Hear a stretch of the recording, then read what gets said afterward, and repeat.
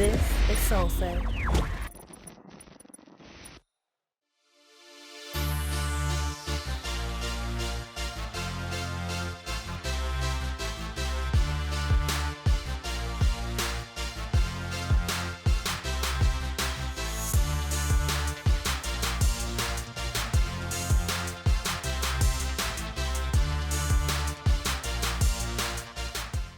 Hey, everybody. It's your girl, MzMetchii, and we are back. This is Corporate Chronicles, brought to you in partnership with our good friends, Solsei Co.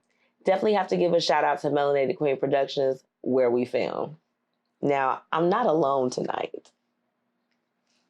Yay! I have my good friend and business consultant, Miss Whitney here from Noir Girl. Give it up for yourself. Hey, y'all. Thanks for having me tonight. Of course. I'm so happy that you're here.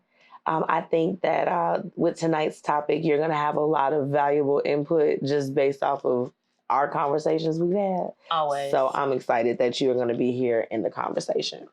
Now, as you know, Corporate Chronicles is aimed towards people of color that work in corporate America. I'm here to give you the tips to survive and thrive in the workplace. This is so important, you all. Now, tonight's topic. Ready? How do you deal with micromanagement in the workplace? Woo! Okay. Y'all know it's story time, so let's go there. I'm going to share my experience of what it's been like to work with my current manager. Now, at one point, they were shuffling out managers at my job so much that I was just like, I need to keep my head on straight. I don't know who's here. So we finally got a chance to get to know the lady who's our manager now, which, I hate to report that she's actually left. She just let the team know like today. It was like real quick. Okay, boom, I'm gone. But anyway. Oh, okay. wow. So she was a little bit of a pain in the beginning, not in a bad way. It's just, unfortunately, when you're coming into being the manager of a team, you've already, had a good relationship with your previous team. Now you're being thrusted into a position. That's a lot of pressure. So I do want to preface it by saying that. It's true. She would, oh my goodness, she was the PTO police. Woo, woo, woo. You couldn't even go and leave a couple minutes early for your train without her catching wind to it. Womp womp. She, when she came on, she created all of these series of reports and just like all of these things. I'm just like, I am running a center. I have over 300 clients. Ain't nobody got time for that. Like that was, I'm like, what is going on? Right. A lot of things just became very unnecessary. The pop-ups became abundant. Pop-ups? I'm like, a pop-up? Like pop-up shop? Like, I'm about to pop up and see if you actually doing the things that you say that you're doing. Oh, no. Okay. And it wasn't until she came there. I'm literally like, I feel like an octopus at work because it's like, I'm answering 2 phones. I'm like, hi, how are you doing? Welcome. Yes. Okay, great. I can do this. All of these things, and I know how to multitask. That's one of the things with being in operations. In operations, you can't just focus on one thing. So that's that. It wasn't until she actually came to my center and she's looking at how I'm, maneuvering the traffic in my center because I have a lot of foot traffic. A lot of people come in. My clients see clients every 10 to 15 minutes. It's very, very overwhelming at times, And she was there. She's, of course, able to see just how crazy it was. She pulls me into the conference room and we're sitting there and she's just like, wow. You're really doing a lot. And I told her that was one of the first times I think we had a very frank conversation. I was just like, I know that you mean well. I was like, but you've come on so strong. Like, I'm like, not just to, I'm like, it's not me. I'm like, I want to be real with you because if we're going to work together long term, I think that I owe you to at least tell you where I'm just like, can we work on some things collectively as a unit? Right. I'm like, we've been holding things down here with very little leadership because before they changed the structure of everything, it was just like, who gonna handle me? It was one of those, who gonna check me, boo? No one's gonna check me. Right. So when she came on, she annoyed everybody. She ticked everybody off. Right. So after that conversation and she was able to see how I did things, she's looking at my paperwork. She's like, oh, you're good over here. I'm like, I'm great. Let's move that focus to the people that's making us not achieve bonus. Because bonuses are important. Right. Before I give my real reaction to my situation, Whitney, can you recall a time where maybe you were like super micromanaged by someone that you had to work with? I can recall many times. So one in particular, I no longer work for this company, mainly because I was micromanaged too much. So my former supervisor, although she is a lovely woman, I do really like her a lot, micromanage me. And I'm a very independent worker. Okay. So it would be situations where it's like, I send you an email, then I walk to the desk and read the email and say, hey, did you see my email? Well, you just read it to me, so apparently I saw it and heard it.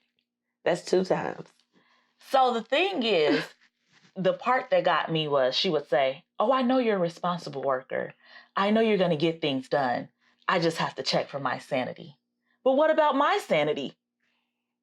What about my sanity, ma'am? So I did what I had to do, and I left.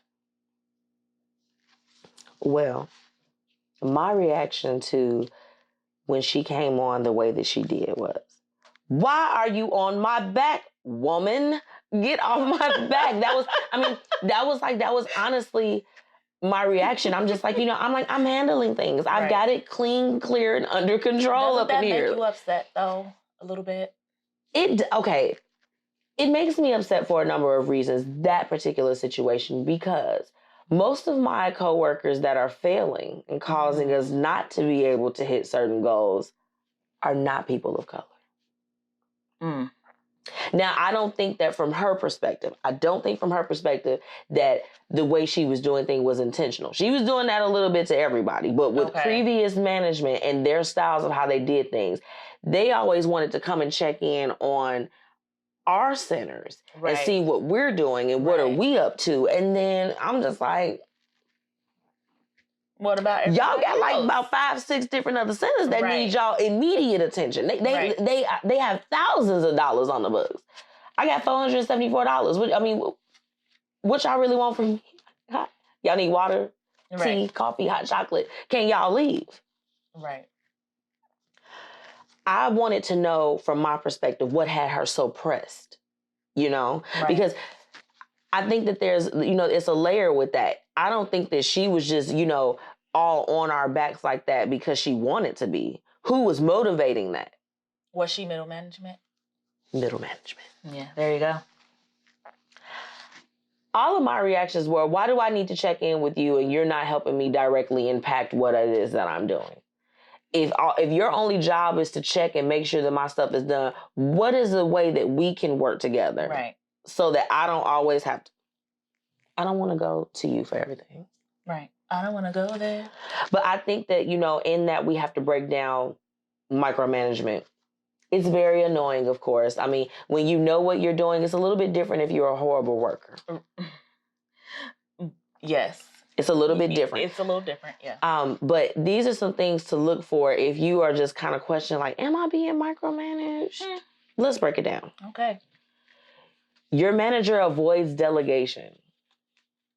Okay, so you may be used to operating a certain way where you take care of, a certain amount of tasks or you contribute to something. They're like, no, I'm here and I'm going to oversee everything. And you're just like, but wait, I know how to do this. I've been doing this, And I feel like micromanagement always comes into play when you're having a shift of that middle management. Right? Absolutely. Yeah, they just feel like, and now I'm here and I'm the big bad wolf. Right. And I'm doing things and you're just like this. Or double, triple check your work. Be like, half the time we are not even the problem. It's the person you just replaced. That's another story. Right. Okay.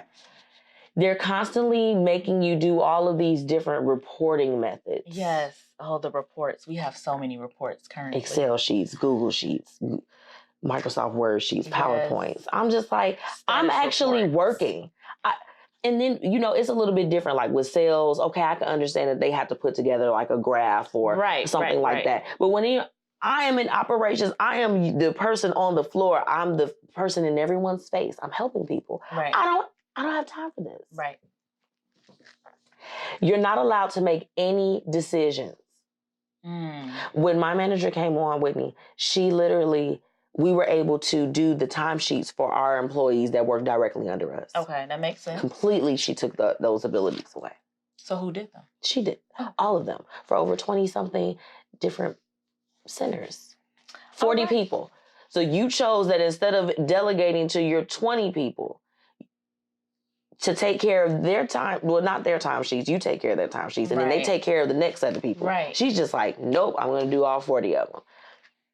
Okay. It's a load off my plate, but it's not really smart as far as if you are the person that's the micromanager in the office, because you only stress yourself out and you stress your team out. Right. That's not a good look. I was going to say she stresses herself out and it plays onto you guys. Right. And then for the ones, they won't share their knowledge and their abilities. Ooh. Right? That's different. Because it goes a little bit further with the delegation. So to give an example, like I have someone that works under me. Okay. I am training her in a way where if I'm not there, business runs as usual. If I need to be out of the office, I was so happy I was able to leave and go out of town for 8 days. Just recently.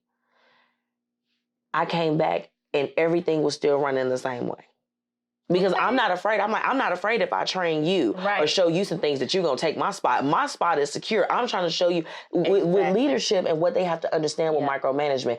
A lot of it is fear that they don't want you to surpass them. Oh, you know I'm going to school for organizational leadership, so we could talk about that all day long. Whitney, you know she's going to be on multiple episodes, so, okay? But there's a fear that's there, and I think that we have to acknowledge that. Mm-hmm. I don't live in that type of fear. I'm just like, I need freedom. Right. And in having freedom and having that mobility in the workplace, you have to show somebody else some things. You maybe don't show them everything now. Right. I'm not going to have you doing stuff that's solely my responsibility. Right. But if there are things that kind of, they sway over into your job duties, I'm going to show you how to, pay for it. Cross-training. I'm down for cross-training. Why do you think that most micromanagers don't like that, though? I'm going to say number one thing is fear. Mm-hmm. And when you're in middle management sometimes, or even not middle management, you have someone from the top telling you what to do, but then you're trying to please the employees at the same time. Right. Or they've made a mistake before and they've gotten in trouble for it. So now they have to double, triple check. Everything. And they're a control freak. Bottom line. That's number one. Mm-hmm. I used to be like that, but not to my people, though. I would just kind of silently have my freakouts. Like, you're not doing it the way that I like it. It's different. Or I think sometimes, this is a whole nother topic, but the home life, if they don't have control at home, they can have control at work. So work and home balance is something that we're going to be exploring on Corporate Chronicles too, because it's very important. No, very. Now, I have to give you some tips on how you can combat having a micromanager. Evaluate the behavior of your manager. Mm-hmm. Now, we just named a few things as far as kind of entities that'll jump out at you if you do have someone that's kind of grinding your gears. Right. So when you find out what those things are, try to just keep them in the back of your mind so that you can kind of know how you need to operate, right? Yep. Don't fight it, okay? Don't fight it or them. Don't fight them. Both of them. Don't fight it. Don't fight the situation. I think that you have to recognize what's going on, but don't be the one just like, I need you on my back doing all these things. You don't want to be that person in the office, especially as a person of color, because anything that you do behavior-wise is going to stick out. You'll be the first one that'll probably be sent to human resources. And it's not, we're not saying this like, oh, woe is me, but this is the reality of what's going on. Women get labeled as aggressive. Or emotional. Yeah. So it's like all of a sudden you being told to take a personal day and you just like, I'm good. Yep. I'm just tired of them standing over me while I'm trying to complete my work. Is that a shadow? No, that's my manager. Right. Now, we talked about fear in terms of with micromanagement.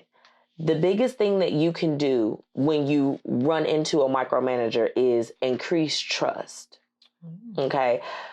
With my situation, once I was able to let her know and show actual data that backed up the fact that I'm good. She saw it within my actions. She saw it within my metrics.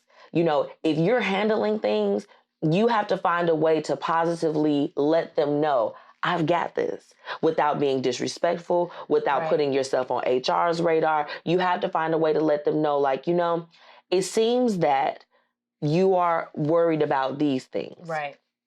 This happens to be my strong suit. Like, it's when I sat down with her, I said, I dominate in operations, and I'm not afraid to say it. I've turned around 2 failing centers that would have closed within a year or so without me going in and doing what I needed to do. I'm very aware of all of my margins. I can tell you every client that's in here, down to the total number between virtual clients and my physical clients that I see on a day-to-day basis. That is a gift. So I was able to let her know everything. And with that, she was able to kind of be calm in knowing that she doesn't, I'm like, there are other people that need your attention drastically. I'm okay.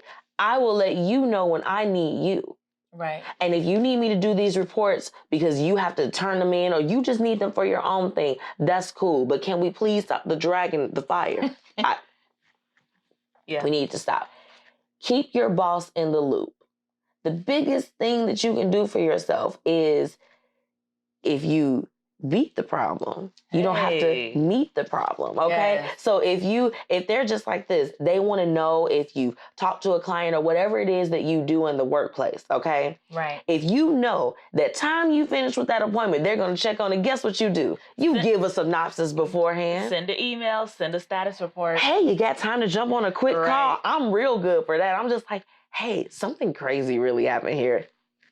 You got 5 minutes?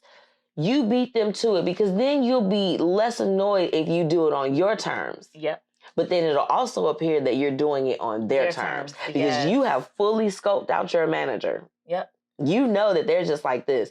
Their ass gets a little tight if you don't send them a follow-up email and do what they've asked you to do, you know? And that goes against the not fighting it. If you have a new manager, or if you have an old manager that, you know, like you said, their management's gotten on them and they like, and we're changing it up.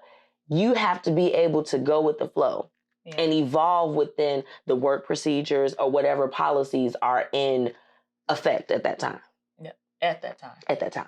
Okay, because I know in my company it changes all the time. I mean, I'm just like this. Oh, I didn't know. Oh, great. Right. Let me go ahead and do that, because at the end of the day, I'll be honest with you. I need my job.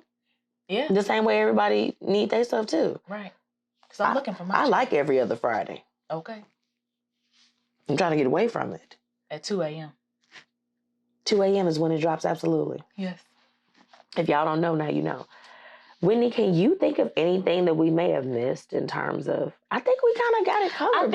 I think you got it. The one thing is keeping your manager in the loop. Mm-hmm. So my current manager, when I was working on a project with him, he would always, every Wednesday, he would send me an email like clockwork. Hey, can you ping the client and ask for an update? So when I noticed that he started doing this, I started emailing him. Hey, I reached out to the client for an update already. Right, just want to let you know. Just want to let you know. And guess what? He said, oh, you read my mind. Well, you do it every Wednesday. Every Wednesday. So after, a couple of times, he stopped asking me. Right. And then he would say, oh, I see you're in the meeting. Do you need me to do it? Yeah. Right. So keeping them in the loop is important. Staying 2 steps ahead always works with the micromanager. That's something that you have to do, being a person of color anyway.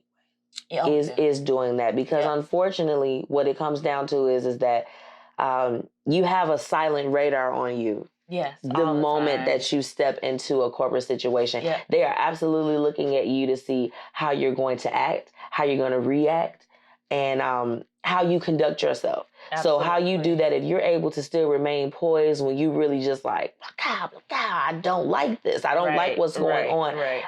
That says a lot more about you than it does about the other person. CYA. Well, Whitney, it's been so joyful. I know. It's always a good time with you. It's always a good time with you. Can you please let anyone that's listening in, let them know how they can follow and support you? By following you. make sure that you follow the Blueprint Media Company. We drop Whitney's information all the time. We absolutely love Noir Girl. I mean, Thank you not only, are we friends and you've helped the business and helped everything that we have going on, but we are affiliates. I support her 100%. She supports me. And I support her. So make sure you follow MzMetchii, the Blueprint Radio, and that's how you can support me. Oh, absolutely. The Blueprint Media Company. That's okay. The Blueprint Radio too. Whitney is a part of everything. Literally. Everything. She's literally on everything. If you look on there, if you look on her page, you're gonna see my face too. So you will. Be like, check the Insta stories. Absolutely. Now, y'all know that we have to shout out our good friends at Solsei Co. Specifically, Kim. I want to be very specific with this particular shout out. Okay. And Melanated Queen Productions, Dr. Lauren. Absolutely love these ladies. Make sure that you are liking and sharing and commenting on this. I want your feedback, okay? If you want more information about what the Blueprint Media has to offer, please visit www.thebpmediaco.com. I'm looking very forward to our next episode. Until next time.